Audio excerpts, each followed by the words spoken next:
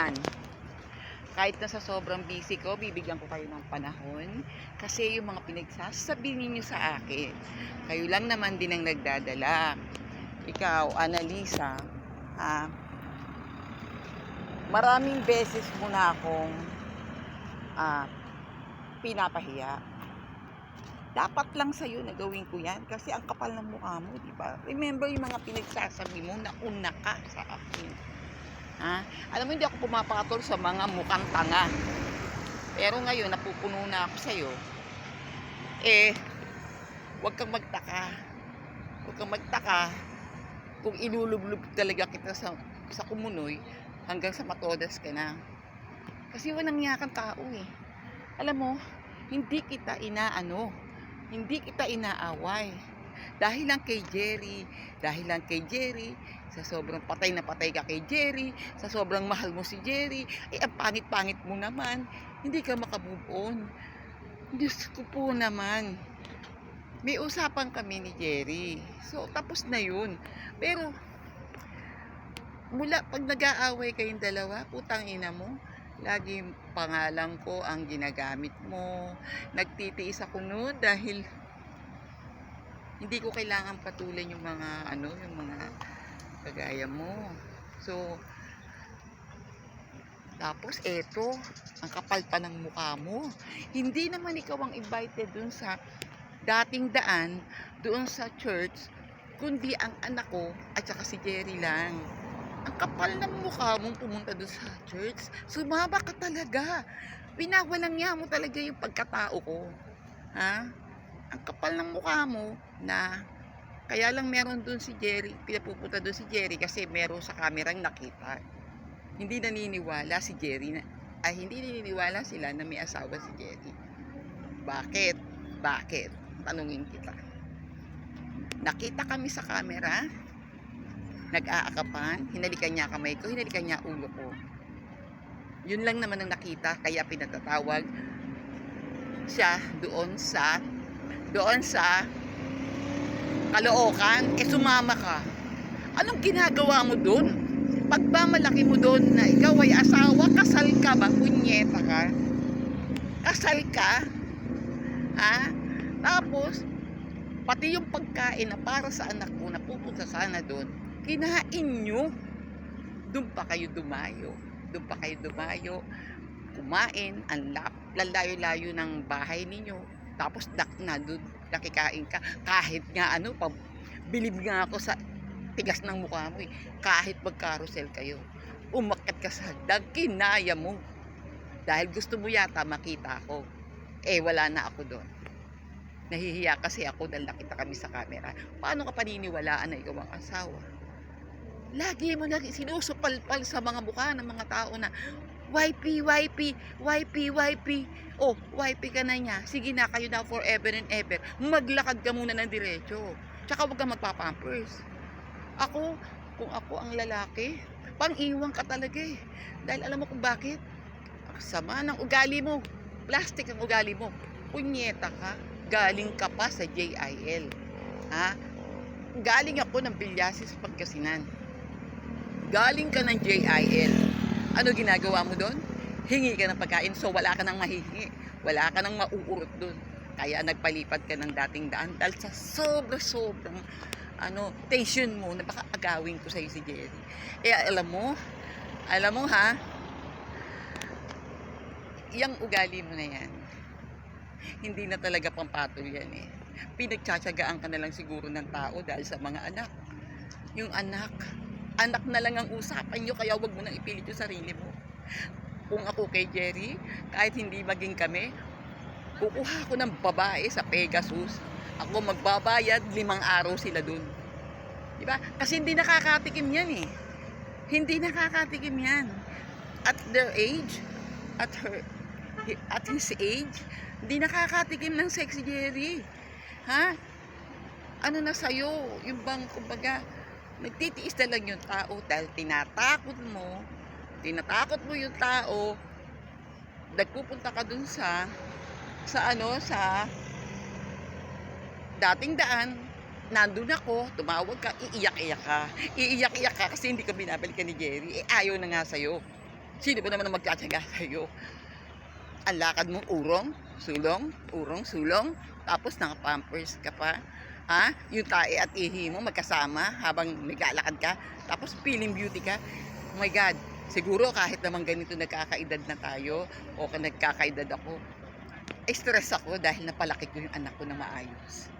Stress ako dahil nagbakong laude ang anak ko. Pero itong buka na to, babalik ko sa dati. Nakaraos na ako, naayos ko na yung pangarap ng anak ko. Isa lang ang maupso ng anak ko na hindi ko kayang ibigay. Yung makita yung daddy niya, matagal ko nang hindi kayang ibigay.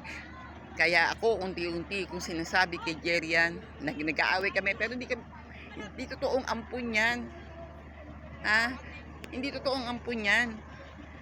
Anak niyan ni Jerry. Siyempre maganda.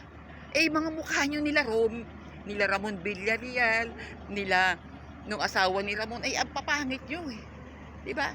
Sasabihin nyo, bata kayo, pero tingnan nyo yung mga mukha nyo. Ha? Mas maganda pa yung inidoro sa mga pagbumukha nyo. Diba? Ito naman si Ramon, nuknukan ng yabang. Umuutang sa akin, 2,000. Naku, mabuti na lang, hindi niya ako napahabak na yung anak niya, inilapit niya sa akin. Mati ko, pinapunta niya ako na Las Piñas. O, di ba, parang doon sa tuition allowance ng anak niya dahil di raw niya kaya. Tapos, yung pala pera kailangan, tapos tinabla na naman ako. Okay lang. Tapos, ito, nung nakaraan, sabi daw ni Marnela, nagpapautang daw ng 2,000. O, tapos, itong huli, may tumawag sa akin na Marikina, gagamitin ng calling card, gagamitin ng credit card ko. Wala naman akong credit card, hindi naman ako nangungutang. Hindi ako nangungutang ha, tandaan nyo ha. Gagamitin niya, tumawag sa akin, kapal na nga lang ng mukha niyan eh. Alam mo kung bakit? Ha? Kung bakit? Hindi alam ni Jerry yung pinagkagagawa niya. Lagi niyang ginagamit sa pangalan ni Jerry para makautang. Ang tunay na pinaalam ni Jerry sa akin, si Buboy, yun ang until now, Diyos ko, yun ang talagang legit na pinaalam. Yung mga mukha niyong apat, doon ako kay Buboy. Busy lang ako, kaya hindi ko siya mapuntahan. Pero Diyos ko, doon ako kay Buboy, kahit ganun ang ugali noon, mapapagpasensyahan. Yung mga mukha niyo, piling mayaman, piling beauty. Tapos ang bahay mo, bahay ng adik. Yung bahay mo, ang baho at yung baho ng mukha mo. Yung isa naman, piling pogi daw siya. Pogi ka nga, may cancer ka naman. Pogi ka nga, nadisgrasya ka naman. Paano lahat ng mga kawalangyaan kaya mong gawin? Ayan, dating daan yan ha. Kaya ngayon, eto sasabihin ko sa inyo. Kung nakakaranas kayo ng mga ginagawa ko, dapat lang sa inyo yan kasi ang kakapal ng mga mukha nyo. Ang kakapal, di ba? Ngayon, paglalaanan ko kayo ng pansin at atensyon, kung ano ang ginawa ninyo sa kapwa nyo, yun ang gagawin mo. Tsaka isa pa, tanga, matitiwalag si Jerry. Alam mo kung bakit? Kung bakit ko inireport yan doon sa dating daan sa Central, dahil gusto ko magkita sila ng anak ko. Kaya siya lang ang pinapupunta ko. Sinira mo, di ba? Sinira mo yung plano ng anak ko.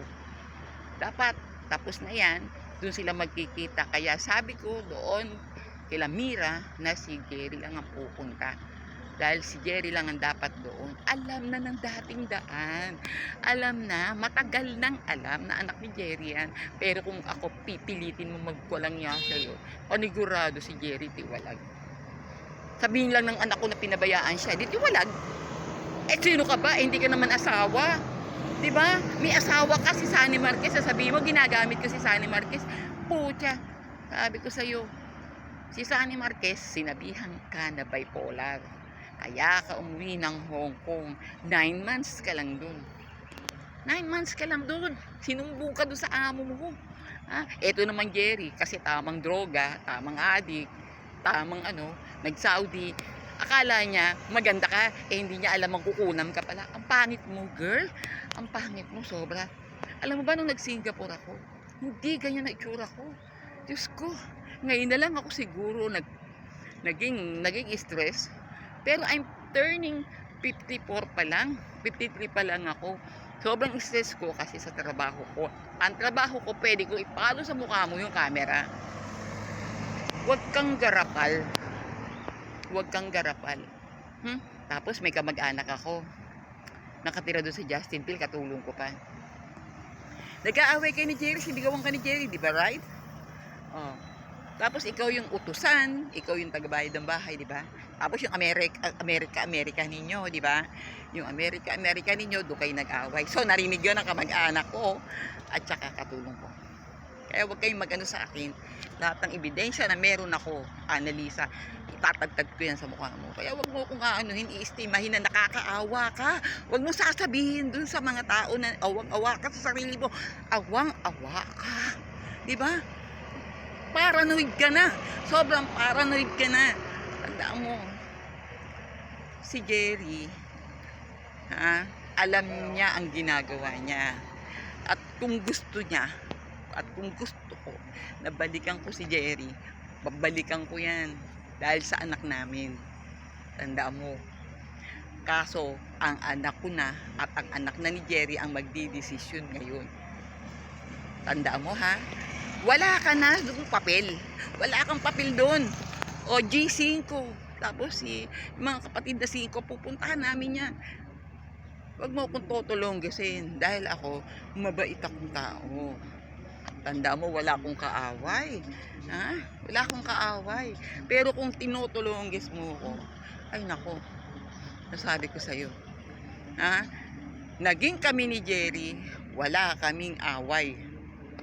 Tandaan mo, nilirespeto ko yung pamilya niya, nilirespeto ko sila until now, until na nagkita kami. Ang tanungin kita, andyan ka sa Pangasinan tapos nakipagkita sa akin ng jowa mo.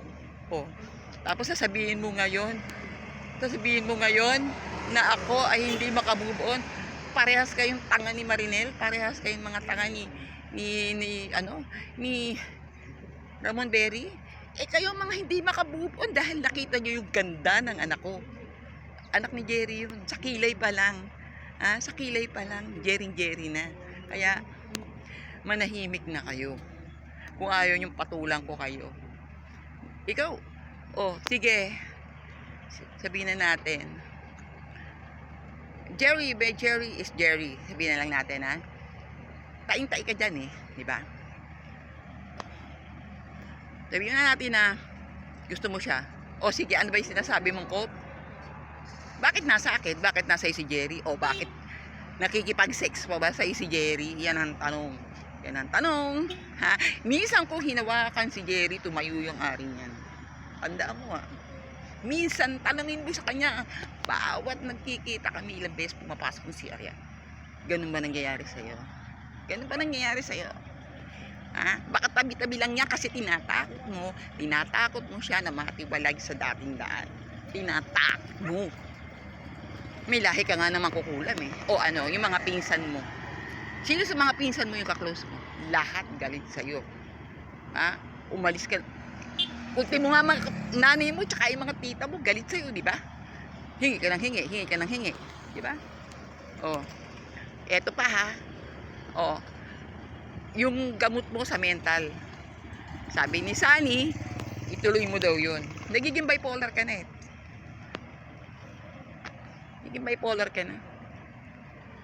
Kung gusto ko sa'yong agawin si Jerry, kahit mag-away kami, aagawin ko yan sa'yo. Kung gugustuhin ko. Kaso may anak ako di ba? Yung anak ko na masusunod yan. Di ba? Natural na ipaglaban ko yung anak ko. Kasi mula elementary hanggang up to college, hanggang sa tumanda na yan, di bali ng matanda yan. Di bali ng nag-Amerika yan. Nung nag-aral sa Amerika yan. Kaya yan, nag-early and advanced learning yan. Inulit-ulit dahil mukhang pera yung mga eskwelahan ng Pilipinas. Pinaulit pa. Diba? Kaya at the age of 30, at the age of 3, line of 3, Saka lang nakagraduate ang anak ko ng college. Magna cum laude. Ikaw ba may na-invest ka sa anak mo? Yung sa anak mo sa una, di ba pinabayaan mo yun? Di ba sabi mo kaya ka mag-abroad for the future? For the future ng mga anak mo. Ha? Asan ang mga anak mo? Pinabayaan mo yung dalawang lalaki. O, carry ka naman. Ang ganda naman ng pinalit sa'yo ng asawa mo. Si Sunny Marquez. Carry ka naman. Diyos ko, pati yung baby nila ang ganda. O. Kaya, wag kang mag-ano-ano sa akin dahil ako, hindi ko na kailangan pumunta kung kani-kanino dyan sa inyo. Ha? Hindi ko na kailangan magpunta dahil hindi naman ako ganyan. Ay, hindi ko sasayangin ang oras ko sa mga taong nagpapampers. Mangangamoy ako. Insecure ka na eh. Ha? Insecure ka na. Lahat gagawin mo para wag lang mawala si Jerry. Eto lang ha. Yung bang ulam na ginawa mo kay Jerry ay unti-unti na bang nawawala? Eh ba't inaaway ka? O teka muna, bakit pag nag-aaway tayong ganito, asan ang komento ni Jerry sa'yo? Never kang ipinagtanggol. Never. Never kang ipinagtanggol. Saan yung sinasabi mong love ka ng tao? Kinulam mo. Ngayon, wala ka ng pangkulam kasi wala ka ng pera. Kaya yan. Tsaka, tingnan mo yung tsura mo ha. For 55 pesos, namamalimos ka sa Facebook. Pambili ng gamot mo. Bakit? Di ba mahal ka ni Jerry? Anong tinutulong sa gamot mo? Di ba? Isa pa.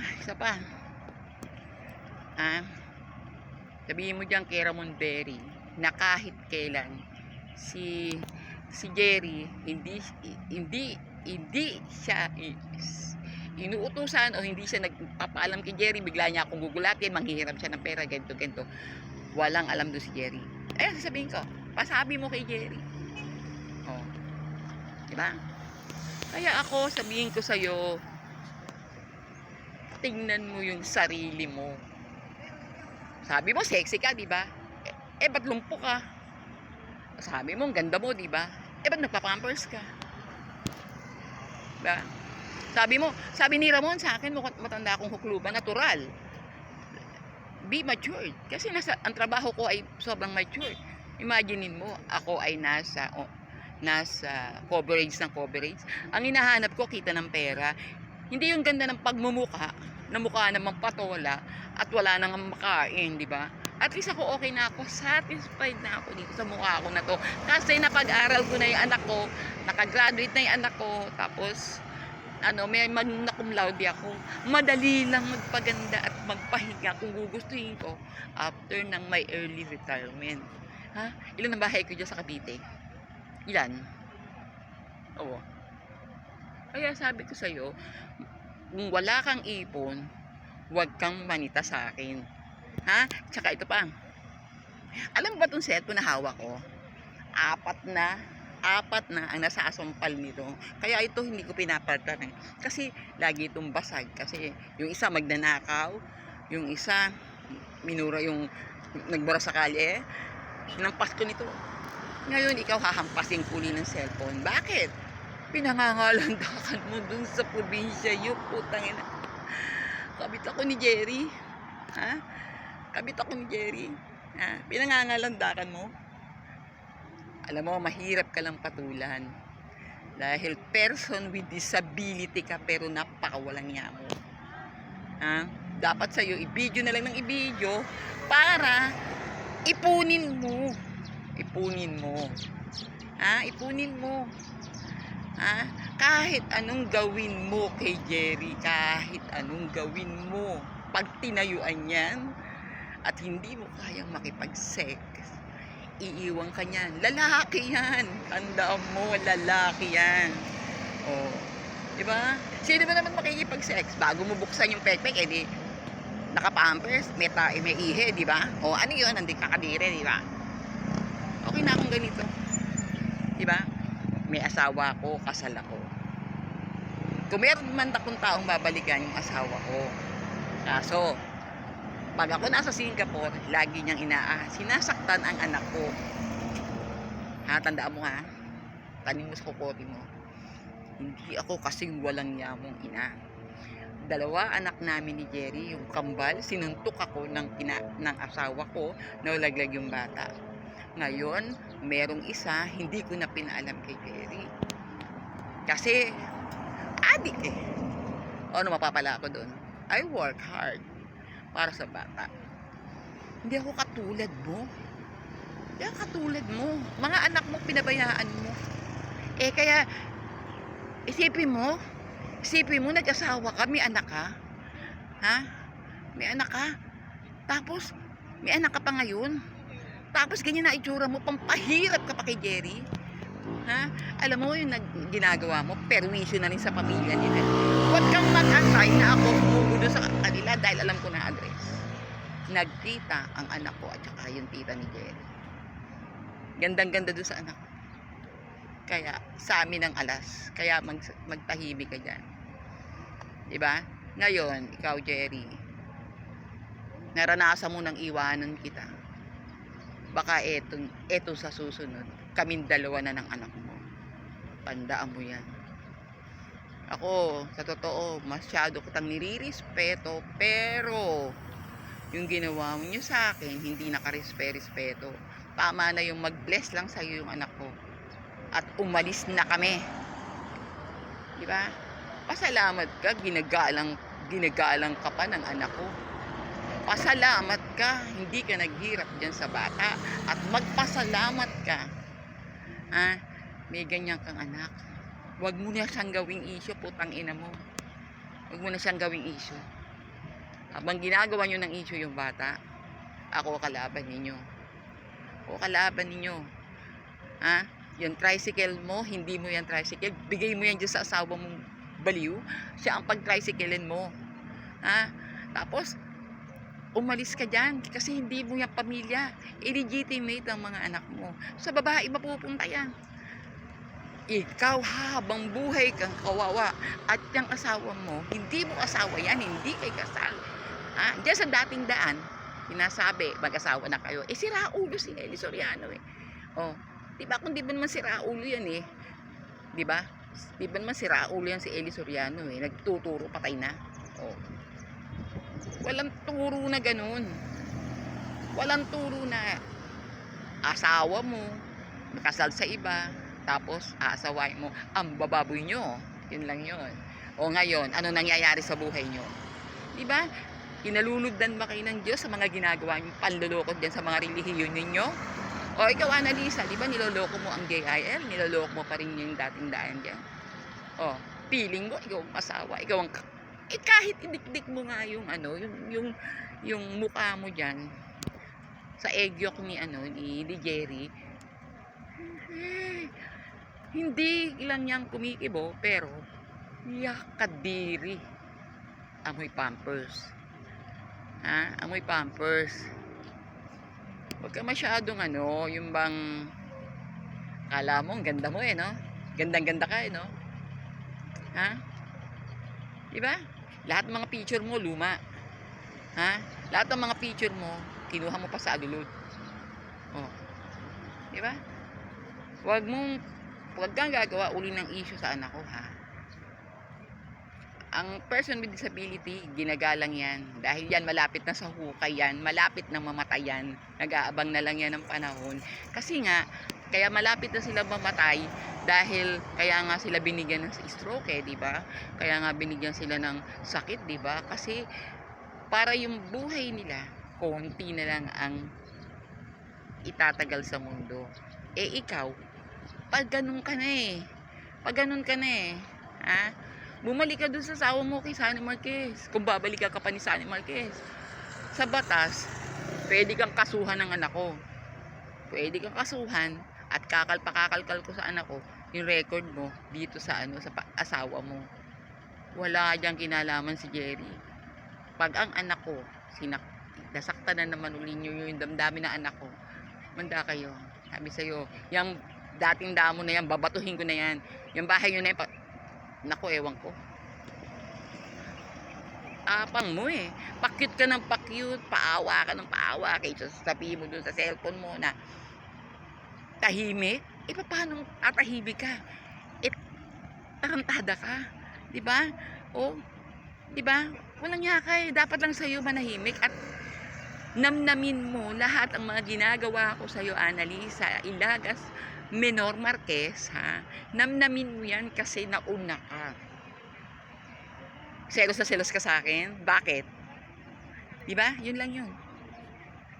Hindi ako pumapatol sa kauri mo, ha?